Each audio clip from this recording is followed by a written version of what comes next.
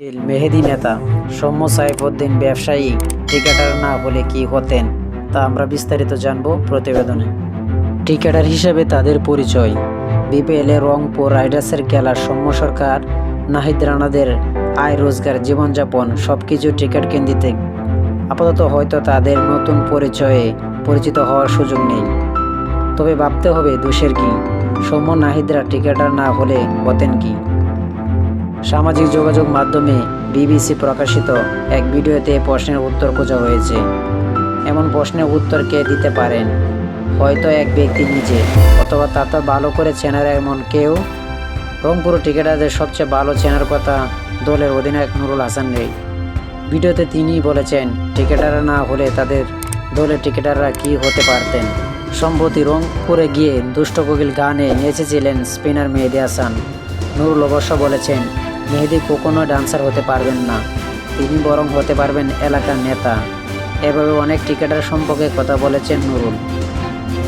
সৌম্য সাইফুদ্দিনের মধ্যে কি দেখেছেন কে জানে। ক্রিকেটার না হলে ওই দুইজন নাকি হতেন ব্যবসায়ী। সাইফ হাসানকে বেশ ভদ্রঘরের ছেলে বলে মানেন নুরুল। সাইফ নাকি চাকরি পেতেন ভালো কোনো কোম্পানিতে, অফিস করতে সকাল সন্ধ্যা। পেশার রেজাউর রহমান নাকি ক্রিকেটার না হলে দেশের বড় আলেম হতেও পারতেন। তার বাবা মসজিদের মুয়াজ্জিন। এই মুহূর্তে দেশে ক্রিকেটার পোস্টার বয় নাহিদ রানা গতি দিয়ে সবাইকে মুগ্ধ করেছেন পেশার।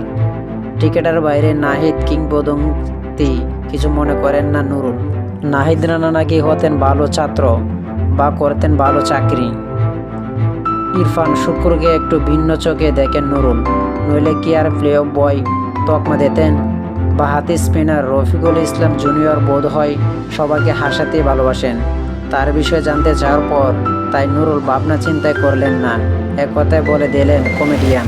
পাকিস্তানের ক্রিকেটার মোহাম্মদ হাফিজের পেশাবর বলে ডাকা হয়। নুরুল পেশাবর তকমা দিলেন হাফিজের সতীর্থ ইখতিয়ার আহমেদকে।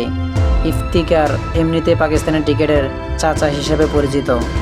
সবাইকে নতুন পরিচয় দিয়েছেন যিনি, সেই নুরুল নিজে কি করতেন? খেলার মানুষ খেলাতেই থাকতেন, ক্রিকেটার না হলে হতেন ফুটবলার। তো যারা টি স্পোর্ট গ্যালারি চ্যানেলটি সাবস্ক্রাইব করেন না, গ্যালারি চ্যানেলটি সাবস্ক্রাইব করে আমার পাশে থাকবেন। ধন্যবাদ।